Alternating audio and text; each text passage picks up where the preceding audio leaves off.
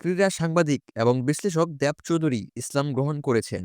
শুক্রবার রাজধানীর দারুস সালাম শাহী মসজিদে জুমার নামাজের সময় শাহাদা পাঠ করে ইসলাম ধর্ম গ্রহণ করেন তিনি। দেব চৌধুরীকে শাহাদা পাঠ করান দারুস সালাম মসজিদের খতিব এবং জনপ্রিয় ইসলামিক স্কলার আব্দুল হাই মোহাম্মদ সাইফুল্লাহ।